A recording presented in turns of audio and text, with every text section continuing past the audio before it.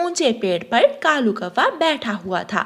वो चिड़िया के घर से निकलते हुए धुएं को देख रहा था। आग जल रही है, लग रहा है आज चिड़िया कुछ खास बना रही होगी, जाकर देखता हूँ। कालू कौवा पेड़ से उड़ता है और रानो चिड़िया के घर की तरफ जाता है। कुकू बेटा, सबको बता देना, कबूतर चाचा को, तोते अंकल को और बुलबुल को और दूसरे सभी पक्षियों को अपने जन्मदिन का बता देना। मम्मा, लेकिन कालू अंकल को नहीं बताना क्या? ना नहीं, कालू कौवे को नहीं बुलाना आपके जन्मदिन पर। पिछली बार वो सारा केक रास्ते में ही खा गया था।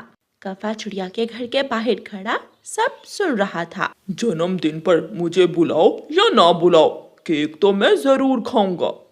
चिड़िया का बेटा कुकू सबको बता देता है। वो पक्षियों के घरों में जाता है। अंकल कबूतर, शाम को मेरा जन्मदिन है, जरूर आना। उधर कौवा सोच रहा था कि वो कुकू के जन्मदिन का केक कैसे खाए। कालू कौवा रास्ते में छुप कर बैठ जाता है। रानो चिड़िया केक लेने दुकान पर जाती है तो कौवा चिड़िया के पीछे पीछे उड़ता है। भाई जी, मेरे बेटे का केक तैयार हो गया है क्या? जी बहन जी, केक तैयार है, मैंने डिब्बे में पैक कर दिया है। रानो चिड़िया अपने बेटे कुकू के जन्मदिन का केक लेकर वहाँ से उड़ती है। कालू कौवा जो सुबह से चिड़िया के पीछे पीछे था, रास्ते में चिड़िया से केक छीनकर भाग जाता है। कौवे, काले कौवे, रुको, मेरा केक दे जाओ। दुष्ट कौवे, मैं छोड़ूंगी नहीं तुझे। लेकिन कौवा कहाँ रुकने वाला था। कौवा तो दूर निकल जाता है।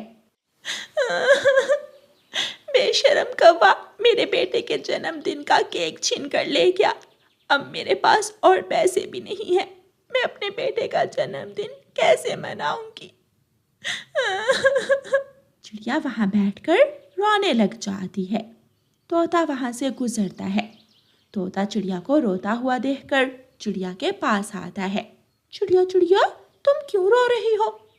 तोते भैया, वो दुष्ट कौवा कालू कौवा मेरे बेटे के जन्मदिन का केक छीन कर ले गया है। चिंता ना करो चिड़िया, मेरे साथ चलो। हरियाली बहुत अच्छा केक बना लेती है, हम कुकू के जन्मदिन का केक घर में ही बना लेते हैं।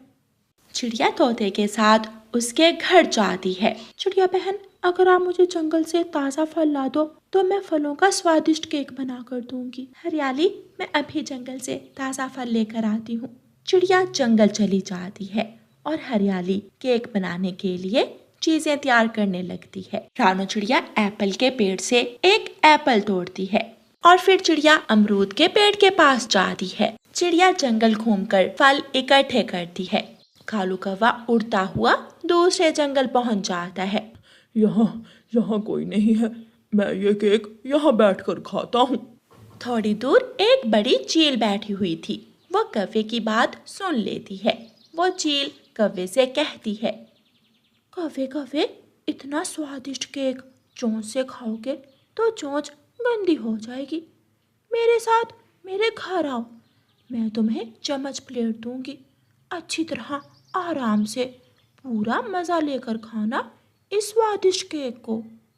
कौवा चील की बात सुनकर थोड़ा सोचता है और फिर चील से कहता है, चील, मैं ये केक रानो चिड़िया से छीन कर लाया हूँ। अगर तुम मुझे प्लेट चम्मच दो तो मैं थोड़ा केक तुम्हें भी दूंगा। ना, मैं कोई लालची नहीं हूँ, तुम मेरे साथ चलो, मैं तुम्हें प्लेट चम्मच देती हूँ। मैं तो हर रोज ऐसे केक खाती ही रहती हूँ। कौवा चील के साथ उसके घर चला जाता है। हरियाली तोती ने फलों वाला स्वादिष्ट केक बना लिया था। सारे पक्षी रानो चिड़िया के घर जमा हो जाते हैं। कुकू केक काटता है, तालियां बजती हैं और सब मिलकर कुकू का जन्मदिन मनाते हैं। उधर कालू कौवा जैसे ही चील के घर पहुंचता है, चील कालू कौवे को एक पिंजरे में बंद कर देती है। चील, मुझे छोड़ दो, तुमने मुझे पिंजरे में क्यों बंद कर दिया है?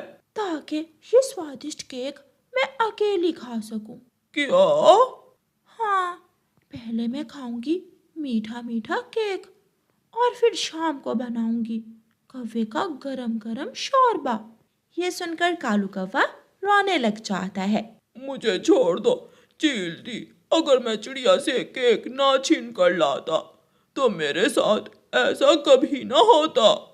चील मजे से कौवे के सामने बैठी केक खा रही थी और कौवा अपने मरने का इंतजार कर रहा था। इसे कहते हैं कि कभी कभी पक्षी लालच में आकर किसी बड़ी मुसीबत में फंस जाते हैं। प्यारे दोस्तों, इस कहानी को लाइक, अपने दोस्तों के साथ शेयर और चैनल को सब्सक्राइब करना बिल्कुल मत भूलना।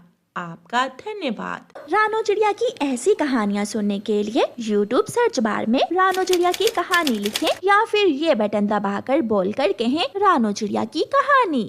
तोता और कौवा बैठे हुए थे जब 12 बजे वाला ऑटो बरगद के बड़े पेड़ पर आकर रुकता है। उस ऑटो में से एक कबूतर और कबूतरी उड़ते हैं।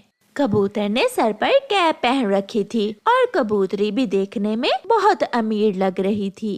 कालू, ये कबूतर और कबूतरी कौन है? ये हमारे जंगल के तो नहीं है। दिखने में तो ये बहुत अमीर कबूतर और कबूतरी लग रहे हैं। शायद ये कबूतरों का जोड़ा दूसरे जंगल से आया है। पक्षी बैठे ऐसे बातें कर रहे थे कि वो कबूतर और कबूतरी अपना बड़ा बैग लिए वहाँ आ जाते हैं। पक्षियों, हम दूसरे जंगल से आए हैं। हम यहाँ 2 दिन रहेंगे। जो पक्षी हमें घर और खाना देगा, हम जाते समय अपने पैसों से भरा हुआ ये बैग उसे दे जाएंगे। ये सुनकर एक बार तो सब पक्षी हैरान हो जाते हैं। कबूतर और कबूतरी, हम लालची नहीं हैं। आप हमें पैसों का लालच न दे। अगर आप मुसीबत में हैं, तो हम आपकी मदद जरूर करेंगे। कालू कौवा, जो लालच से भरा हुआ था, जल्दी से बोलता है। कबूतर और कबूतरी, ये चिड़िया और तोता तो बहुत गरीब हैं। ये तुम्हारी क्या सेवा करेंगे? आप मेरे साथ मेरे घर चलें। आप मेरे घर में 2 दिन रहें और जाते हुए ये बैग मुझे दे जाना। फिर कबूतर और कबूतरी लालची कौवे के साथ उसके घर चले जाते हैं। गोरी, ये कबूतर और कबूतरी बहुत अमीर हैं। इनके इस बैग में ढेर सारे पैसे हैं। अगर हम इन्हें 2 दिन अपने घर में रख लें तो ये बैग हमारा होगा। कौवे की ये बात सुनकर गोरी तो खुशी से फूल जाती है। कबूतरी, आप वहाँ क्यों बैठी हैं? यहाँ आए, मेरे नरम नरम घोंसले में बैठे। आप इस घर को अपना ही समझे। मैं आपकी बहुत अच्छे से सेवा करूँगी। मेरा कालू और मैं इस जंगल के सबसे अमीर कौवे हैं। अभी तो आप और भी अमीर बनने वाले हैं। मेरे इस बैग में लाखों रुपए हैं। मैं ये जाते समय आपको ही देकर जाऊंगा। अच्छा, अब आप ऐसा करें, हमारे लिए अच्छा सा खाना बनाएं। आप आराम करें और हम आपके लिए खाने का बंदोबस्त करते हैं। कौवा और कौवी घर से निकल जाते हैं। वो बाहर जाकर एक पेड़ पर बैठ जाते हैं। कालू, इन कबूतरों के लिए खाने का बंदोबस्त कैसे करेंगे? तुम चिंता न करो, मैं अपने मामा जी से कुछ पैसे लेकर खाना ले आता हूँ। तब तक तुम उन्हें चाय वगैरह बनाकर पिलाओ। फिर लालची कौवा जल्दी से उड़ता है और अपने मामा जी के पास जाता है। मामा जी, एक लॉटरी लगने वाली है मेरी। मैं उसमें से आपको भी हिस्सा दूंगा। बस मुझे थोड़े पैसे उधार दे दें। कालू भांजे, देख लेना, हर बार की तरह लूट न जाना। नहीं मामा जी, इस बार लूटने का कोई चांस नहीं है। फिर कौवा अपने मामा जी से पैसे उधार लेता है और सीधा चील के होटल पर जाता है। वहाँ से रंग बिरंगा खाना लेने के बाद कौवा अपने घर वापस जाता है। वाह कौवे, तुमने खुश कर दिया। इतना स्वादिष्ट खाना पहली बार खाया है। कौवे, मैं बहुत थका हुआ हूँ। थोड़ी देर मेरी टांगे भी दबा दो। फिर कौवा और कौवी कबूतर और कबूतरी की टांगे दबाते हैं। कबूतर और कबूतरी सारा दिन उनसे तरह तरह की चीजें लेकर खाते हैं और उन्हें बार बार उस पैसों से भरे हुए बैग का लालच देते हैं। ऐसे वो 2 दिन तक उनके घर में रहते हैं और फिर 2 दिन बाद कबूतरी गोरी कौवी से कहती है, ओहो कौवी, मैं तो भूल ही गई, इस बैग को ताला लगा हुआ है और मेरे गहने भी इसी बैग में हैं। आज मुझे अपनी सहेली की शादी पर जाना था। यार कौवे, क्या इस जंगल में कोई लोहार है? अगर है तो उसे बुलाकर इस बैग का ताला खुलवा दो। पैसे तुम रख लेना और गहने पहनकर मेरी पत्नी अपनी सहेली की शादी में चली जाएगी। कबूतरी सहेली, इसमें परेशानी की क्या बात है? आप मेरे गहने पहनकर अपनी सहेली की शादी पर चली जाएं और जब वापस आए तो ताले की चाबी लेती आना और हम इस बैग का ताला खोल लेंगे। हाँ, ये ठीक है। फिर गोरी कौवी अपने गहने कबूतरी को दे देती है। जल्दी चलो पत्नी जी, तुम्हारी सहेली तुम्हारा इंतजार कर रही होगी। कौवी के गहने लेकर कबूतर और कबूतरी वहाँ से चले जाते हैं। कालू कालू जाओ, जल्दी से लोहार पक्षी को बुला कर लाओ, इस ताले को खुलवाओ, मैं तो खुशी से पागल हो रही हूँ। गोरी गोरी, तुम इस बैग का ध्यान रखना और मैं अभी लोहार को लेकर आता हूँ। कौवा उड़ता है और जंगल में लोहार पक्षी को लेने जाता है। लोहार जी जल्दी चलो, एक ताले की चाबी गुम हो गई है, वो ताला खोलना है। कौवे, पहले मुझे 100 रुपए दो, फिर ही मैं तुम्हारे साथ जाऊंगा। कौवा जल्दी से लोहार को 100 रुपए दे देता है और लोहार पक्षी कौवे के साथ चल देता है। एक ही हथौड़े के वार से लोहार पक्षी बैग का ताला तोड़ देता है। चाचा लोहार जी, अब आप जाएं, बाकी का काम हम खुद कर लेंगे। लोहार चला जाता है। गोरी पत्नी जी, आप अपनी आंखें बंद करें और मैं खोलता हूँ खजाने का मुंह। गोरी अपनी आंखें बंद कर लेती है और कालू कौवा बैग को खोलता है और डरकर जल्दी से उछलकर दूसरी तरफ हो जाता है। गोरी गोरी लुट गए, हम लुट गए। कालू, क्या हुआ? गोरी, बैग में चूहा है, चूहा, ना पैसे और ना गहने। वो कबूतर और कबूतरी तो फ्रॉडिये थे। कालू, मेरे गहने भी वो चातर कबूतरी ले उड़ी। फिर कौवा और कौवी बैठकर रोने लगते हैं। प्यारे दोस्तों, इस कहानी को लाइक, अपने दोस्तों के साथ शेयर और चैनल को सब्सक्राइब करना बिल्कुल मत भूलना। आपका धन्यवाद। उस जंगल में कबूतर पढ़ा लिखा था। वो चाहता था कि सभी पक्षी भी लिखना पढ़ना सीख लें, इसलिए कबूतर ने एक स्कूल खोला हुआ था। सब पक्षी कबूतर के पास पढ़ने जाते हैं। Roll number 1 present sir. Roll number 2 present sir. Roll number 3 कबूतर टीचर, मैंने कल भी कहा था मुझे रोल नंबर 1 लेना है। अगर मुझे रोल नंबर 1 न दिया तो कल से मैं स्कूल नहीं आऊंगी। गोरी, तुम बाद में आई थी, जो पहले आए थे तुमसे पहले उन्हीं पक्षियों के रोल नंबर्स हैं। तोते टीचर, आप ऐसा करें, गोरी को मेरा रोल नंबर दे दें और मुझे गोरी का। आप खुश हो गोरी? हाँ चिड़िया, जब मैं छोटी थी तब भी मेरा सबसे आखिरी रोल नंबर होता था। अब बड़ी हो गई हूँ, अब तो मेरी पहला रोल नंबर लेने की इच्छा पूरी होनी ही चाहिए। ऐसे गोरी कौवी पढ़ने की बजाय लड़ाई झगड़े में ही समय गुजार देती थी। कल सबने 1 से लेकर 5 तक गिनती याद करके आनी है। जो ना याद करके आया उसे सजा मिलेगी। 1 1 3 3। कालू, ओए कालू, 1 के बाद क्या आना था? ये तो बहुत आसान है, 1 के बाद आता है 4।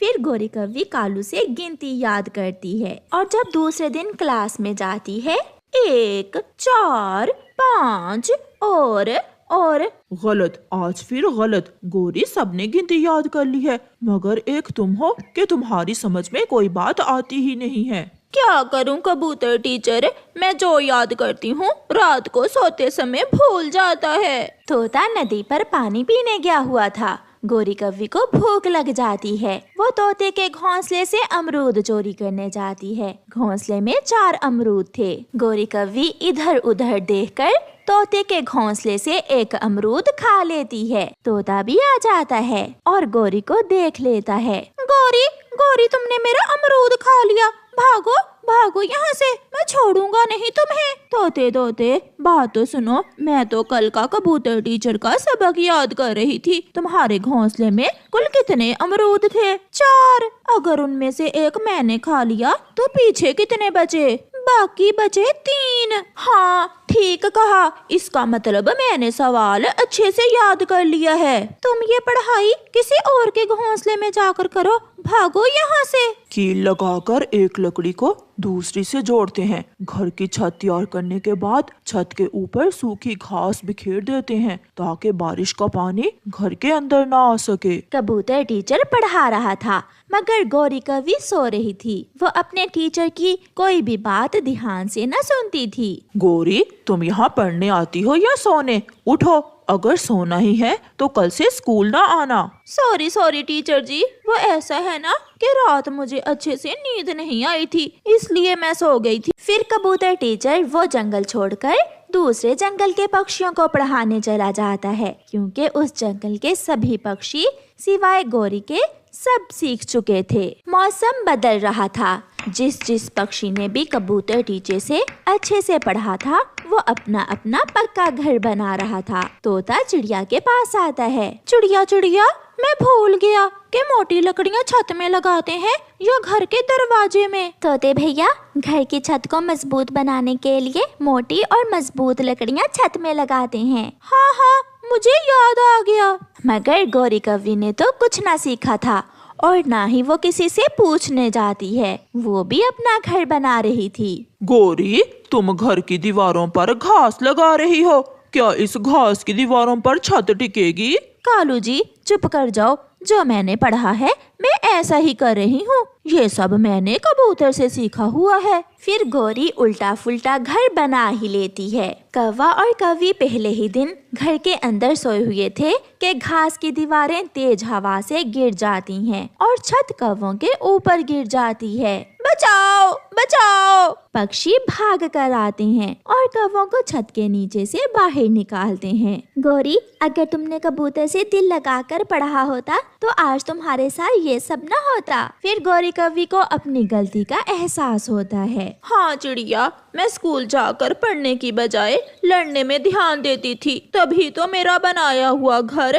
पहली ही हवा से टूट गया। मैं शर्मिंदा हूँ कि मैंने स्कूल जाकर भी कुछ न सीखा। ऐसे गौरी कव्वी अपना समय जाया करने पर बहुत पछताती है। प्यारे दोस्तों, इस कहानी को लाइक, अपने दोस्तों के साथ शेयर और चैनल को सब्सक्राइब करना बिल्कुल मत भूलना। आपका धन्यवाद।